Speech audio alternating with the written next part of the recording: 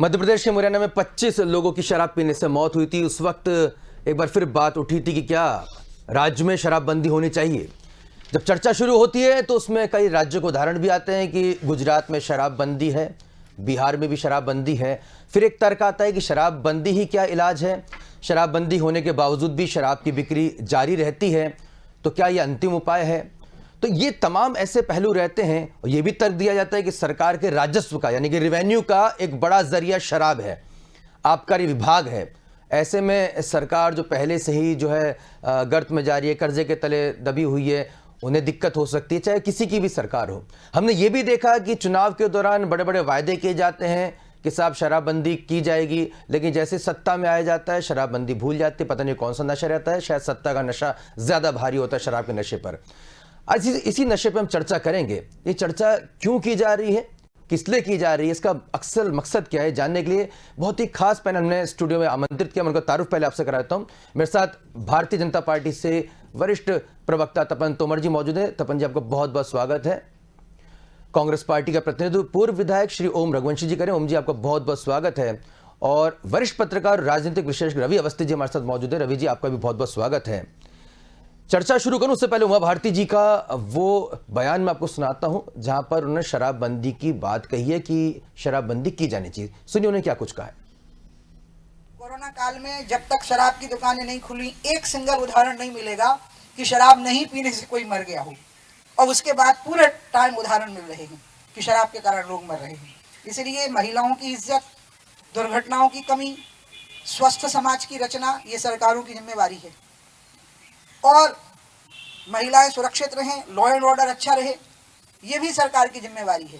तो ऐसी स्थिति में ये शुरुआत, एक वैचारिक विमर्श की शुरुआत मध्य प्रदेश से हो, ये मैं खुलेआम बोली हूँ। और इसमें बोलने के पीछे किसी को छोटा दिखाने का मन कहीं नहीं है। तो इसलिए मेरे मन में है कि ये बात आगे बढ़े, इसमें आस्था है, आस्था के कारण मैंने ये बात कही है।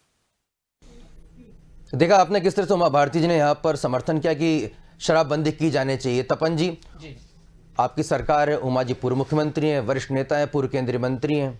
जी, निश्चित ही देखिए, भाजपा में इसी बात की तो खूबसूरती है कि सभी लोग, कार्यकर्ता से लेकर के वरिष्ठ नेता तक, सभी लोग अपनी बात संगठन और सरकार के सामने रख सकते हैं। और उसी के तहत ही उमा जी ने ये बात रखी है। और मैं आपकी जानकारी में बता दूं कि ये जो 9 माह की सरकार हमारी भारतीय जनता पार्टी की आई, उसमें विभिन्न माफियाओं पर जो नकेल कसी गई है, उसके साथ ही साथ अवैध शराब के निर्माण के विरुद्ध जो कार्यवाही की गई है वो मैं आपको बता देती हूं।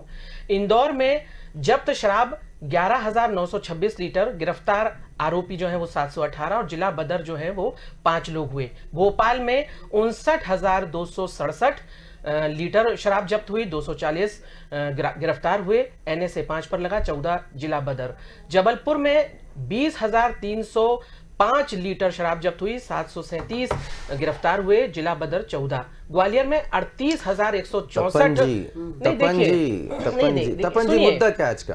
देखिए, जो भी मुद्दा है, अगर अवैध शराब और जहरीली शराब की चिंता सरकार को नहीं होती, मैं बहुत ही ओपन डिबेट कर रहा हूँ, किसी ओपन हम चर्चा इस बात को लेकर कर रहे हैं कि वाकई में क्या निदान हो सकता है। देखिए, मैंने शुरुआत में ये कहा कि शराबबंदी होनी चाहिए या नहीं होनी चाहिए, जनता फैसला करे, सरकार फैसला करे। हम इस प्लेटफॉर्म का जरिए उसी चर्चा को बढ़ाना चाहते हैं और उस तमाम पहलू पे करना चाहते हैं। जिला बदर, अवैध, अभी सुनिए बात तो सुनिए मैम। किसी मोहल्ले में जब शराब की दुकान खुलती है तो उन महिलाओं से पूछिए, वो ये नहीं देखती कि वैध शराब बिक रही है क्या अवैध शराब बिक रही है ना।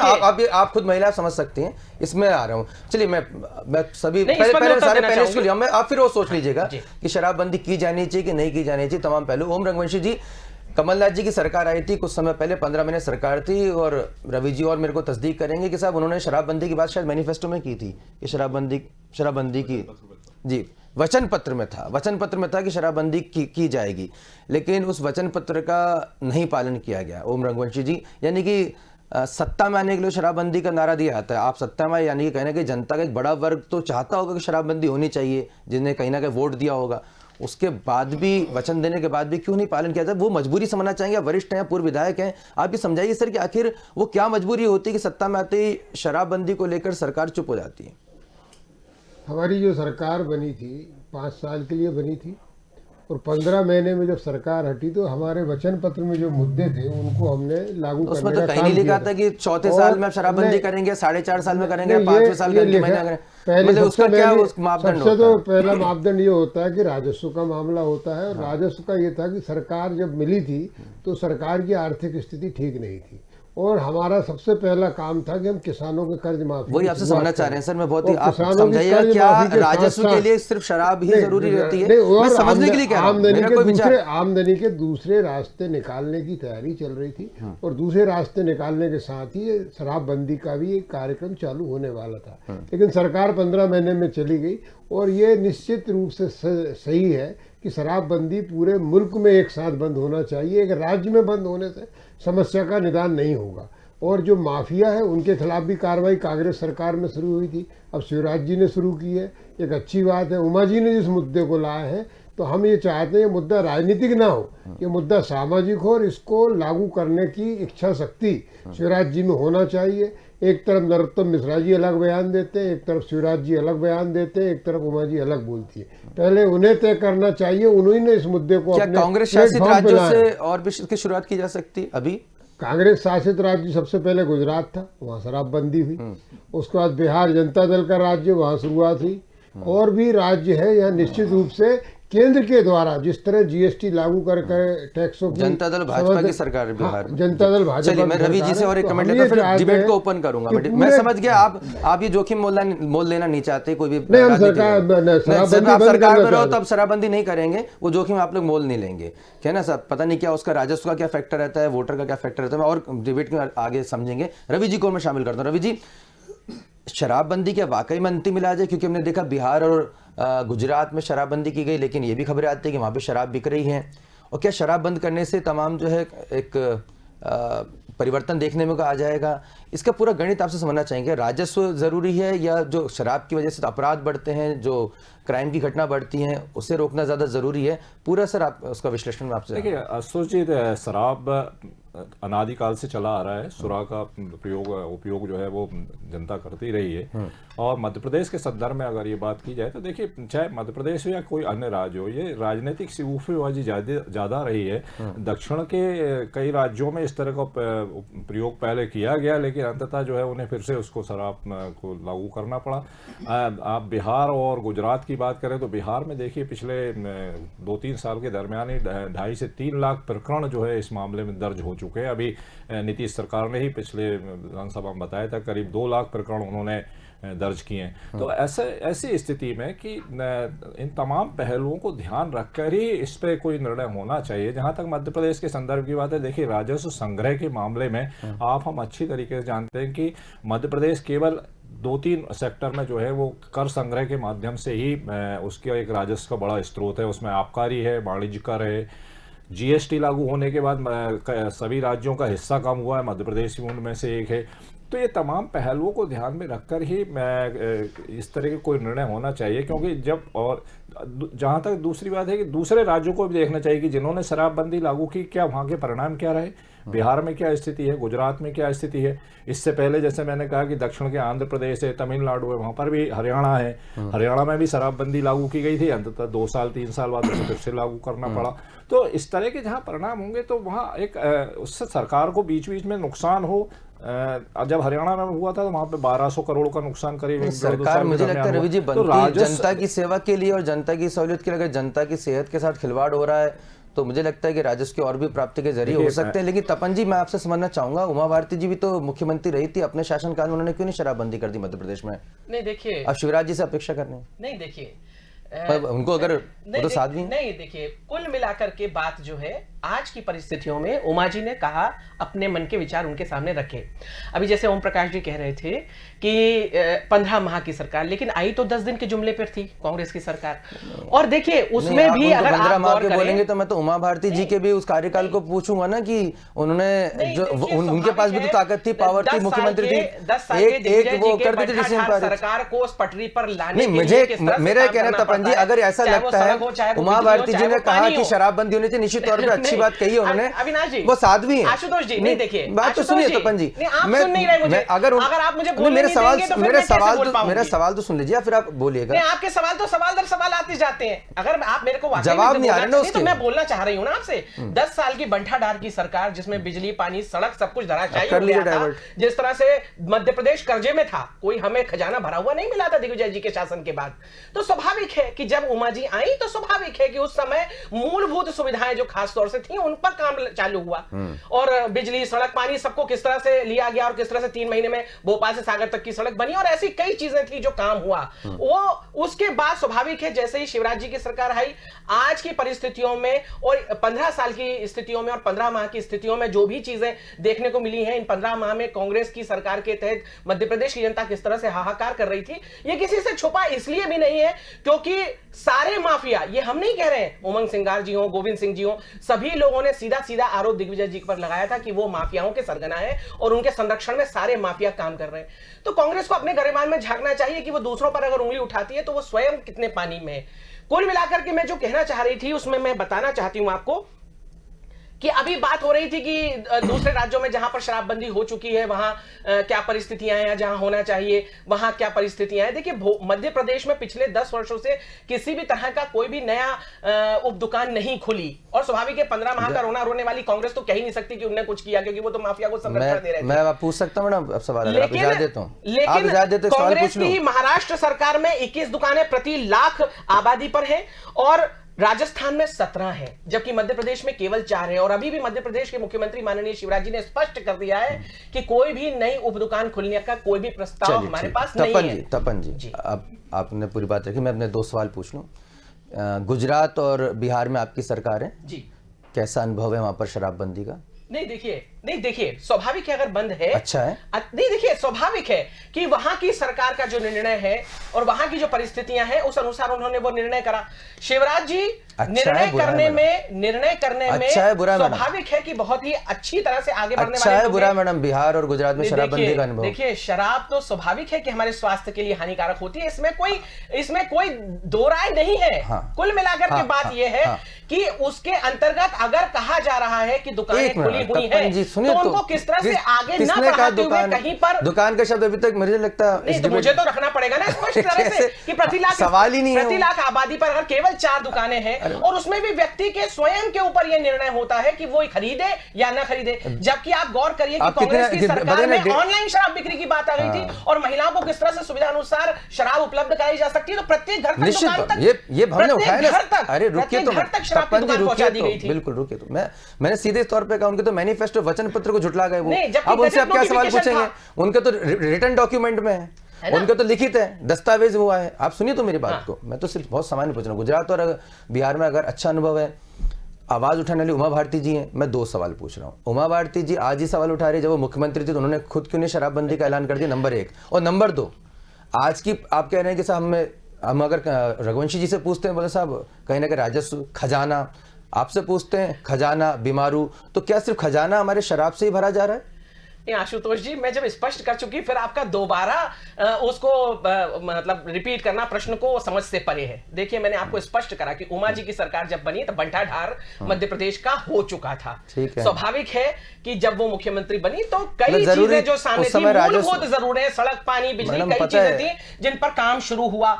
देखिए, 15 महीने तक कांग्रेस की सरकार बधाई गीत गाती रही। एक मिनट, क्षमा चाह रहा हूं तपन जी, इसका क्षमा चाह रहा हूं तपन जी, बात तो सुनिए। शराब माफिया पर क्या कार्रवाई हुई वो मैं आपको आंकड़े दे रही थी, लगना आपने मुझे पूरे आंकड़े नहीं चाहिए मैडम, नहीं चाहिए। आपकी बात मान ली ना, हमने बात मान ली आपकी बात। चाहते हैं कि मध्य प्रदेश की जनता स्वस्थ रहे, आप आंकड़ों में घुसे, आप हमें आंकड़ों में मत डालिए। उसके अंतर्गत जो कार्रवाई सुनिए तो आप सुन नहीं रही हैं, आप बच रही हैं, तो सुनिए। आप सुनिए रवि जी, बार बार बात ये आती है कि साहब उमा भारती जी जो हैं वो आई तब बीमारू राज्य था, चूंकि हमको उस समय विकास करना था इसलिए हमने शराब की बंदी नहीं करी। यही से अर्थ निकाला जाएगा कि साहब शराब इसलिए जरूरी थी, मजबूरी भी थी। हम ओम जी से पूछते हैं कि चलिए साहब आपकी सरकार थी कमलनाथ जी की, तो वो भी कहते हैं साहब खजाना खाली था, हमको विकास के काम करने थे।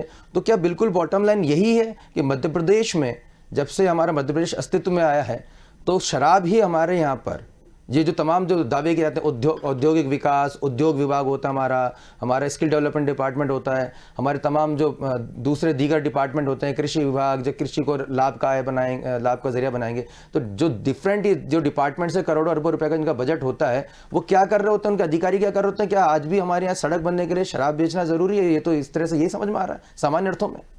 देखिए आशुतोष जी, देखिए जैसे आपने दो उदाहरण दिए, चाहे उमा जी का हो, कमलनाथ जी को, दोनों को एक ही शिकायत थी कि उनके खजाना खाली और उसको भरने के लिए उन्होंने ये करा।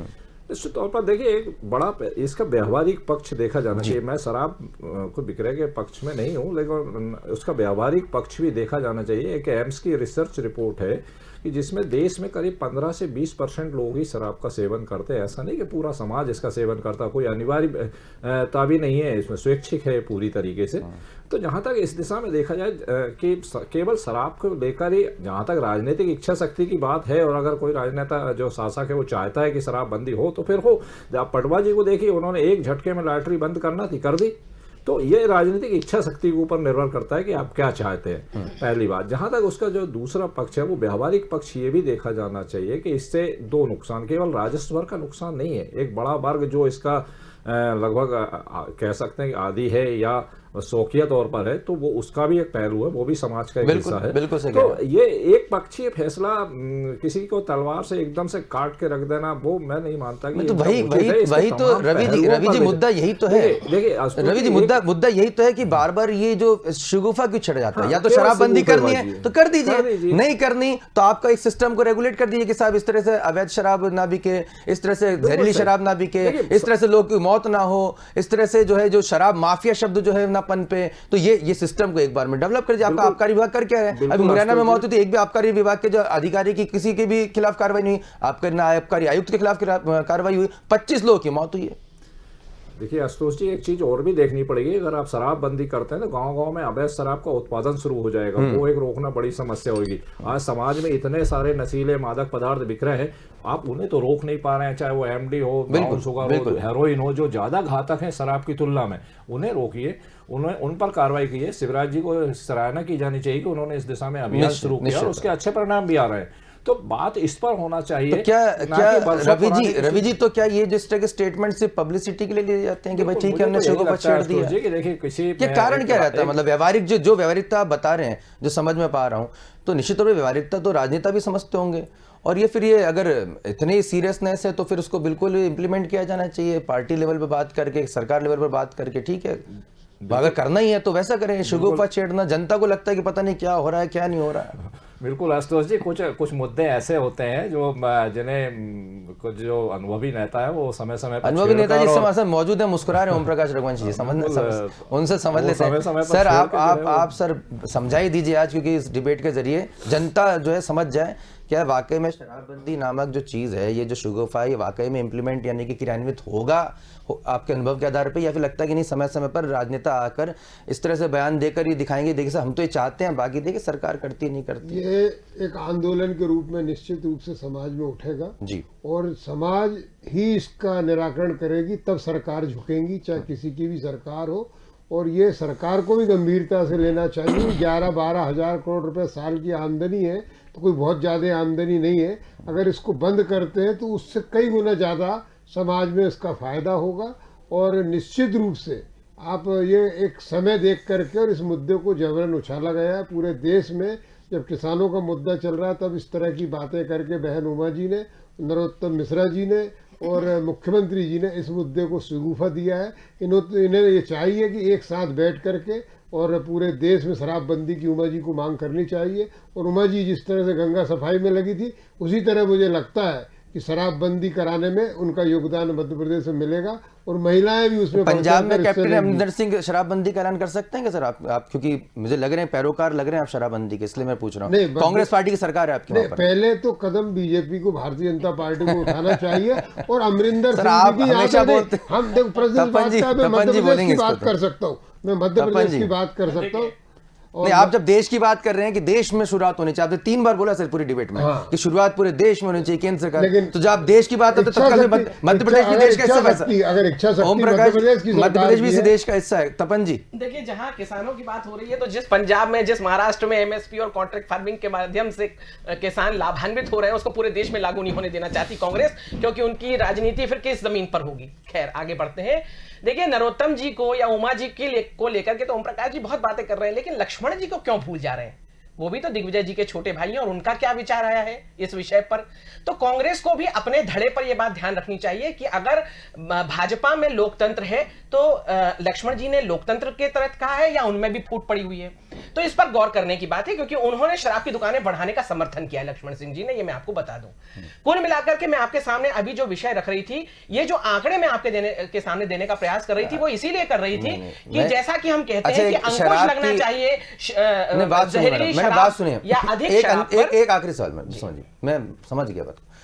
शराब बंदी नहीं होगी लगभग इस तरह का मुझे समझ में आ रहा है। मुझे ओम प्रकाश सामाजिक, सुनिए, बिल्कुल बिल्कुल सामाजिक आंदोलन होगा जो भी है, ठीक है। अभी वर्तमान में अपन चलते हैं, फिलहाल मध्य प्रदेश शराबबंदी नहीं है, और आपकी सरकार का कहना है कि शराब की दुकानों का इजाफा नहीं होगा, ठीक है। अब बात तो सुनिए, बिल्कुल नहीं, अच्छी बात है, इजाफा नहीं होगा। अब आबकारी विभाग ये कहता है, उसकी रिपोर्ट में आता है कि साहब शराब की दुकानें नहीं है दूर दूर तक, तो कहीं ना कहीं जो अवैध शराब की बिक्री चालू हो जाती, लोग खेतों में इधर उधर भट्टी में शराब बनाते हैं। अब जो आबकारी विभाग की बात नहीं मानी जाती उनकी, तो सब बोलते साहब हमारे पास तो सब ये आगे। रवि जी कुछ बोलना चाह रहे हैं? जी रवि जी, मतलब कहीं ना कहीं वो दिया जाए ना, शील्ड दी जाती रवि जी की साहब, अगर अब और कहीं ना कहीं कुछ है कि जो ठेकेदार है जिनका भी ठेके चल रहे हैं, वो और खुशी मना रहे होंगे कि साहब अब दुकानें तो उतनी रहेंगी, ठेका हमारे पास ही है, ज्यादा दुकान खुलेंगे। एक मिनट रवि जी। देखिए आशुतोष जी, अभी मैं नरोत्तम जी का बयान आया, उसके बाद मुख्यमंत्री जी का भी स्पष्टीकरण आया, और इस बीच में जो आबकारी आयुक्त थे उनका एक आदेश भी जारी हुआ है। आप उस चीज को गौर करें कि उन्होंने जिला कलेक्टर से कहा है कि आप 20% अधिकतम जो है 20% दुकानें बढ़ाने का प्रस्ताव भेजिए, खास करके उन जगहों पर जहां 5000 से अधिक आबादी वाले गांव हैं, वहां का उन्होंने प्रायोरिटी रखी है। तो इन तमाम चीजों को समझा जाना चाहिए कि विपक्ष हल्ला मचाए उससे पहले अपने ही लोग हल्ला मचाए। तो ये भी एक राजनीति का हिस्सा है, और सरकार ने अगर ठान लिया है कि दुकान बढ़ाना है, तो मुझे लगता है कि अगले वित्तीय वर्ष में संभवतः दुकान बढ़ भी जाएंगी। और मध्य प्रदेश में जो राजस्व अभी 10,000 के करीब आ रहा है, क्योंकि अभी तमिलनाडु से तुलना करें तो वहाँ करीब 25,000 करोड़ मिलता है। मध्य प्रदेश भी इस दिशा में अग्रसर है। आने वाला समय बताएगा कि दुकानें बढ़ती है या यथावत रहती है। बढ़ती हैं, यथावत रहती है, निश्चित तौर पर ये बहुत महत्वपूर्ण चर्चा है। और इसमें देखिए, आप जनता समझ ही गए होंगे कि कहीं ना कहीं गेंद जो है जनता के पाले में डाल दी जाती है। तपन जी फाइनल वर्ड्स, क्योंकि खत्म हो जाएगा। देखिए नरोत्तम जी ने जो भी कहा, उमा जी ने भी जो भी कहा, उन सब ने ये भी कहा कि मैंने अपना विचार रखा है, और अंतिम निर्णय जो है माननीय शिवराज जी और नरेंद्र मोदी जी को लेना है। तो स्वाभाविक है कि अगर आबकारी विभाग कुछ कह रहा है तो उसकी अपनी व्यवहारिक सर्वे होगा, उसके अंतर्गत वो विषय रख रहा है, लेकिन कुल निर्णय कौन करेगा? माननीय मुख्यमंत्री जी कहेंगे। और माननीय मुख्यमंत्री जी ने क्या कहा है कि अभी ऐसा कोई भी प्रस्ताव नहीं है। तो स्वाभाविक है कि मध्य प्रदेश में माफियाओं की नकेल कसी जा रही है, लगातार इस पर काम हो रहा है, और इसी को लेकर के मध्य प्रदेश की कांग्रेस जो है वो बौखलाई हुई है, क्योंकि उसका राजनीति का कोई स्तर नहीं है।